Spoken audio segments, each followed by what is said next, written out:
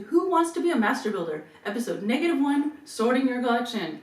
Now this one is episode -1 because before you even begin to become a master builder, you have to start by sorting your collection.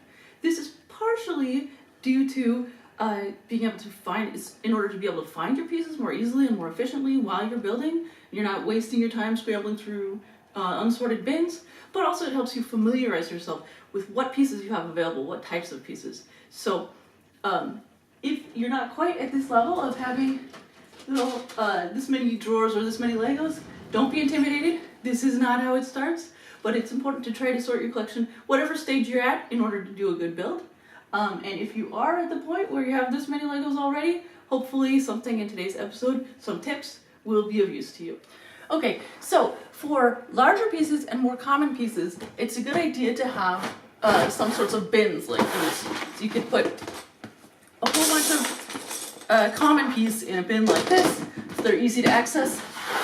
And for slightly smaller and slightly less common ones, I highly recommend vertical bins, like this one. This is actually supposed to be like a cereal or a muesli bin. You can see it. It works really, really well because it's easy access, but it also fits right onto a bookshelf. And then you can see in the line what's inside of it, so it's nice and convenient. These are muesli bins that I got from Migros, which you can get in Switzerland if you're here. And then also convenient if you can have, this is actually my Lego table with a city on top. It's convenient to get Lego tables that have shelves on them underneath so that you can store your Legos and build on top in the same place. These are actually serving tables from IKEA, so they actually make very good Lego tables. So you can see these types of bins, they also fit really nicely in just regular bookshelves. It's very convenient access. You can see exactly what the piece is or from the side. And also, for example, these types of bins for more common pieces, again, they go really nicely on a bookshelf. So for very convenient access. For smaller pieces, I highly recommend drawers. And there are a lot of different options. For example, these kind of drawers, which I also got at Migros, they fit perfectly into a Billy bookshelf. For smaller pieces, it's really convenient to have a drawer that, goes all the way to the back, for example, so you have access to it, but there's not other pieces behind. My earlier idea had been to get these little types of Tupperwares like this for smaller pieces. The problem with this is they're terrible for access. It's hard to see what's in each bin. And then if you put like some to the back and some to the front, it's hard to find the ones you want. And you have to go like this to try and find. It's just bad access. I'd say definitely go with drawers for small pieces and not individual little containers. Now, when it comes to drawers, I would like to recommend against using divided drawers. Now, I know you see them sometimes at Lego shops and that some people recommend divided drawers, but there's a very good reason not to use divided drawers for your own collection, and I will show this one. So since there's so many different types of pieces, usually you do have to combine multiple similar pieces together, or for example, your drawer will get in some other random Legos by accident, or other foreign objects or dust or whatever, and you want to be sure to, get rid of all that junk or find the exact piece you want. And in those cases, there's one thing that you need to do. Dump into a larger bin. That helps with all of those different cases. Now, slide it right back. Now imagine what happens if you were using a divided drawer. You can't do that at all without ruining the entire sorting of your drawer. So I would definitely recommend against that. So the best types of drawers to use for Legos are basically the same types of drawers that you would use you would get in a hardware store for sorting different types of parts like screws and nails and such. It's a similar type of concept, so it's a similar tool for that task. In this case, because I don't have a lot of room, I'm in an apartment here, I got this nice tower of Lego drawers. This I got from Certeo, C-E-R-T-E-O. It's, I think, a German company. It's very nice. This is a very nice set because each of these is actually individual set of drawers, so you could start with one or two of them, and then eventually build it into a tower. So it's very convenient. For this particular set, I would say that they had two types of drawers, the clear ones and the less clear ones. Ironically, I would actually recommend the less clear ones. They're better than the clear ones because they're not as brittle. They go in and out more easily. And it turns out that since you can't really backlight the drawers, it really doesn't help for them to be this clear. You can't really see into them except when they're at eye level.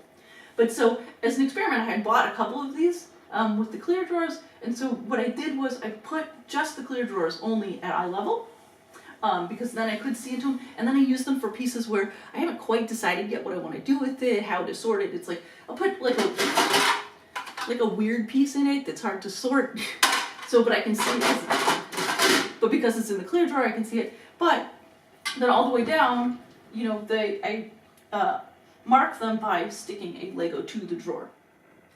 Now I would like to talk a little bit about sorting techniques.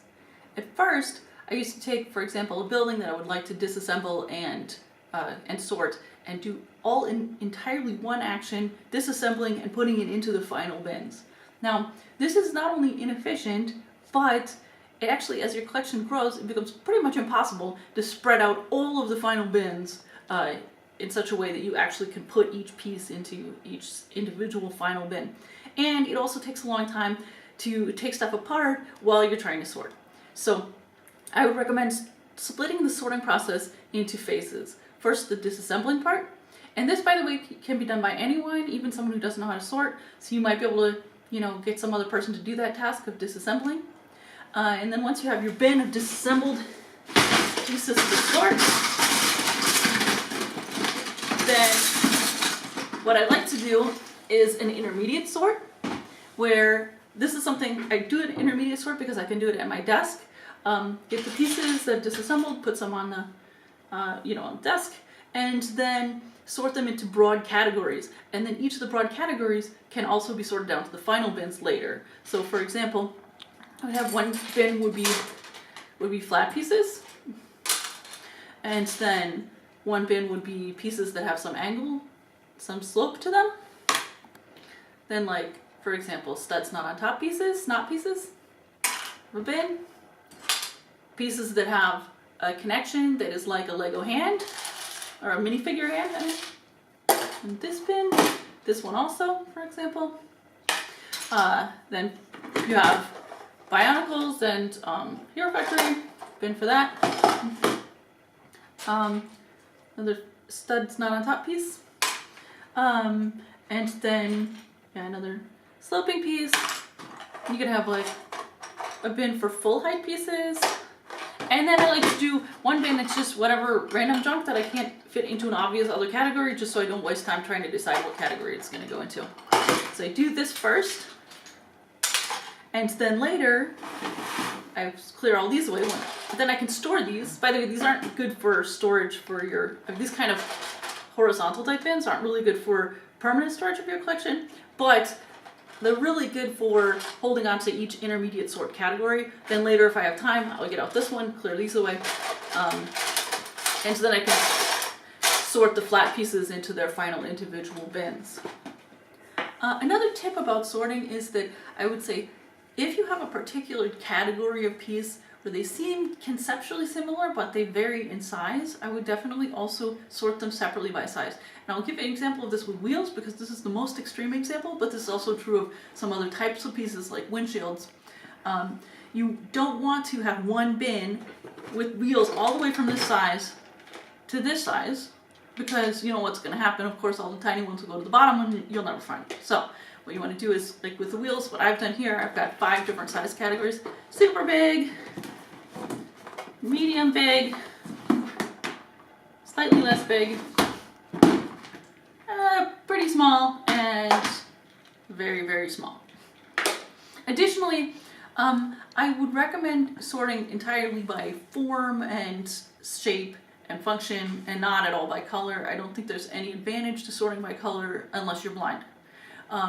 But because it's very, very easy to see, for example, and find the right color. The color is very visually distinct, So you can even at a glance get an idea of how many of each color you have of a different size. But imagine, I have a bin of like all brown pieces or whatever, say. How am I going to find this piece that I want? Or even have any clue of how many of them I have? And I know some people say, oh, well, I sort by size and color. Well, congratulations if you have a gigantic mansion full of 100 million drawers. Because it's already difficult. You already end up, even with a collection like this, even with a setup like this, having to group some types of pieces. And so if you try to do color, then that's just that many more drawers, and it's really not helpful or useful. Now, when you have a lot of drawers, it's actually really, really helpful in order to be able to find the drawer you want easily to stick a piece to the outside of the drawer. Otherwise, even if you've got a good memory and you remember approximately where the different pieces are, it still takes forever opening drawer after drawer after drawer to find the piece that you want. Whereas it's super, super easy and fast if you just pick one of the pieces and just glue it to the outside of the drawer. I found for this set, white works the best. It has the best contrast. And gray is the worst. It's like it's camouflaged against the drawer, so only put gray on if you really don't have any other piece of that type to stick to the outside. Now, when you stick the piece to the outside like this, I would definitely say do not use crazy glue or super glue. This is not a job for the Craggle. You want to be able to use the piece again later or change which drawer it is, what fits in this particular drawer. So I would recommend using, for example, what we have here is like hobby lime. It's also called colle pour loisir or colle del hobby. This stuff is good because it comes off very, very easily. So supposing that, okay, I've decided, I guess I want to use this piece after all, pops right off. It doesn't spontaneously fall off when it's just there, but it pops off very, very easily if you just tap it the tiniest bit. And then you can actually get the rest of the glue off of the piece very, very easily.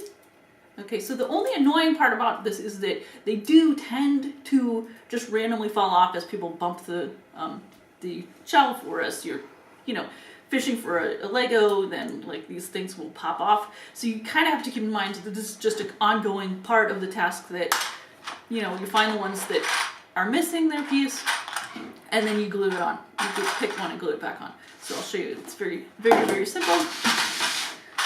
You just put them to the side like this. Take a little bit of hobby lime. Come here, hobby lime. Yeah. Oh great, this is not working now. There's easy to get a new bottle of it.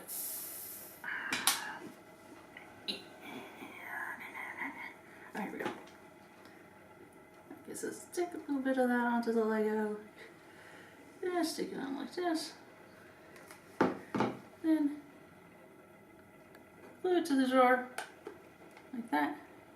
And then you let it dry overnight like this. Do a bunch of them. For all the ones that have fallen off since last time you did re-gluing. Okay. So I think, let's see, for US people this is should be equivalent to Elmer's glue wall or Elmer's school glue. I don't know which. I would say before picking a new glue, try it on like one piece and one drawer that you are kind of okay with it being permanent on, and then leave it like that for a week or so and see if it comes back off easily and if you can change the piece and reuse it. So those were my tips on how to sort your collection. That will get you prepared to become a master builder. So tune in next time for episode 0 of Who Wants to Be a Master Builder, in which I will explain the rules of the game and how you can become a contestant or a judge.